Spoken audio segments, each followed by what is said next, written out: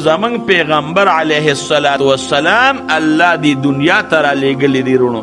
اخیری پیغمبر دی، خاتم النبیین دی، او د ټولو پیغمبرانو نه پاک پیغمبر مبارک په مرتبه کې د اوچت دی، او دغه رنګې د دواړو جهانو د سردار مبارک دا امت دام د نور امتونو نه دا په مرتبه کې اوچت دی.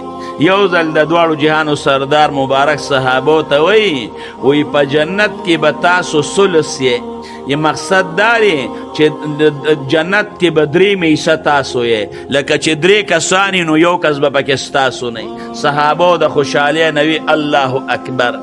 بیا پاک پیغمبر مبارک صحابو ته وی نیم جنتیان به تاسو یې او دا نیم به نور امتونه نیم به تاسو یې، چې څومره خلک جنت ته لاړ شي نو نیم به پکې زما امتیانی.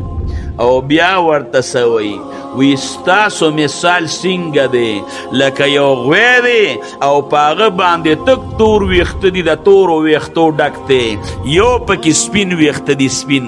نو چې یو غوی د تورو ویښتو ډکي او یو ویښته پکې سپینې، نو دا سپین ویښته د هغې تورو په نسبت ډیر کم دی که لږ کم دی؟ ډیر زیات کم دی که نه؟ دقه رنګې دا نور امتونه دا د تورو ویښتو په شانتي دي، هغه دومره ډیر زیات دي، ځکه د آدم علیه السلام نه واله د رسول الله مبارکو پورې څونه خلک تیر شوي دي، څومره پیغمبران تیر شوي دي، او د هغې هغه امتونه څومره دي.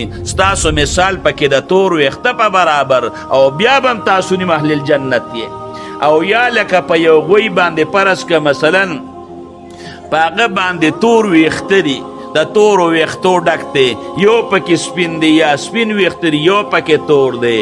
نو دغه رنګ ستاسو مثال دی، تاسو د نور امتونو په نسبت باندې کم، خو جنت کې به تاسو نیم جنتیان به تاسو یې. صحابه د خوشحالی نوی الله اکبر.